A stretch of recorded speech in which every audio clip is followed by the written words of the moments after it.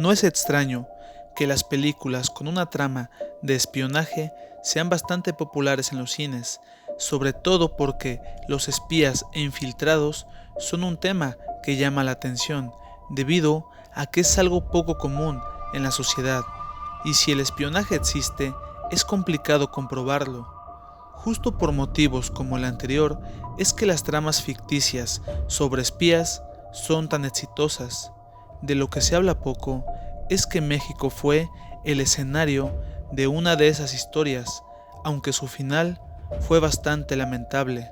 De modo que, en esta ocasión, Gallo Sócrates te presenta la Operación Litempo y los infiltrados. Sería apropiado ofrecer un antecedente. Durante febrero de 1913, mientras el gobierno de Francisco I. Madero enfrentaba su peor crisis, el embajador estadounidense fue el mediador entre Victoriano Huerta, supuesto defensor del gobierno, y Félix Díaz, líder de los golpistas. Al final, se estableció un pacto en el que Huerta y Díaz se apoyarían para que Madero dejara el cargo, mientras el primero ocuparía la presidencia interina y el segundo sería presidente formal en cuanto la situación se estabilizara. Lo curioso es que el escenario de aquel infame pacto fue la Embajada de Estados Unidos. Muchos años después, la Embajada estadounidense sería el escenario de otra conspiración. Desde el año de 1959, sucedió que un hombre de origen estadounidense llamado Winston Scott fungía como uno de los principales elementos de la Agencia Central de Inteligencia, o la CIA, en México. Su principal centro de operaciones era, naturalmente, la Embajada estadounidense.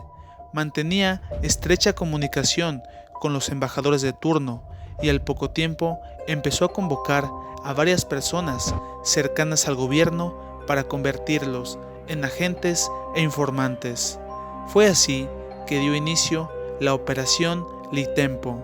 Las letras Li eran el código que la agencia empleaba para las operaciones en México, mientras que Tempo era el nombre que Scott le había dado a un programa que implicaba la comunicación entre la CIA y un importante grupo de funcionarios mexicanos. De ese modo, los colaboradores de Winston Scott llevaban el nombre de Litempo y un número adicional, que aparentemente superaba los 12 elementos, aunque en esta ocasión solo hablaremos de uno de ellos, el agente Litempo II, un experimentado político de la época que años anteriores había ocupado distintos cargos públicos y que para la segunda mitad de la década de 1960 se había convertido en presidente de México. Desde luego, hablamos de Gustavo Díaz Ordaz. Sucedía que Scott y Díaz Ordaz eran amigos cercanos y el entonces presidente informaba puntualmente a su colaborador los detalles importantes sobre el panorama social y político en México. Durante la década de 1960, varios movimientos sacudieron a otras naciones, sobre todo en Europa.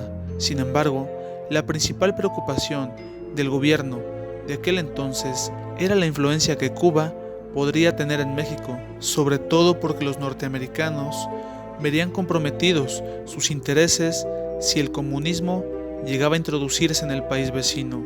Lo peor fue que durante el verano de 1968 comenzaron una serie de protestas estudiantiles que se extendieron hasta octubre de ese mismo año.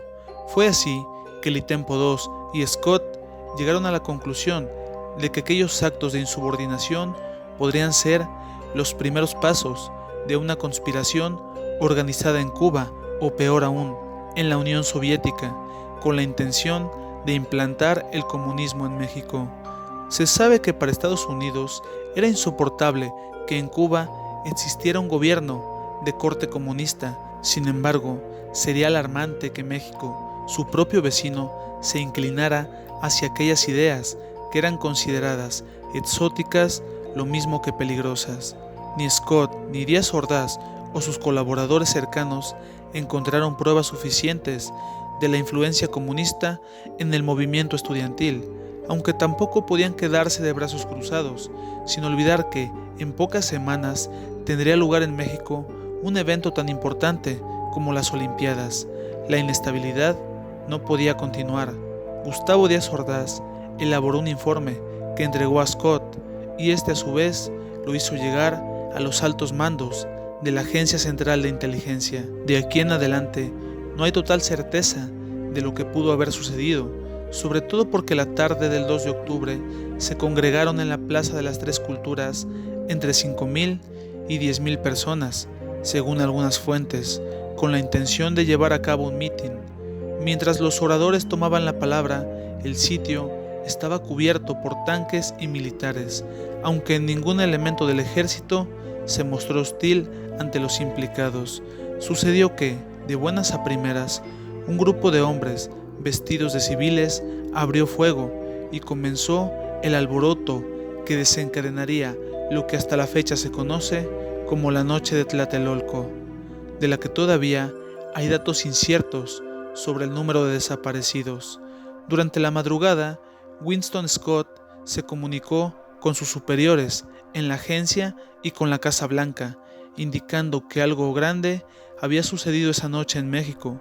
Nuevamente, no hay más información sobre lo que pudieron haberle contestado. Nos parece complicado atar todos los cabos. No queda del todo claro cuál pudo haber sido la participación de Estados Unidos en aquella noche, lo mismo que el grado de influencia que el agente Scott pudo tener en Díaz Ordaz, ni tampoco podemos hablar con total certeza de la influencia del presidente en el Batallón Olimpia, aquel grupo de hombres vestidos de civiles que lanzaron el primer ataque. Lo más preocupante es que un presidente mexicano trabajó como informante de una agencia extranjera y permitió que el gobierno de otro país conociera detalladamente la situación política y social de México.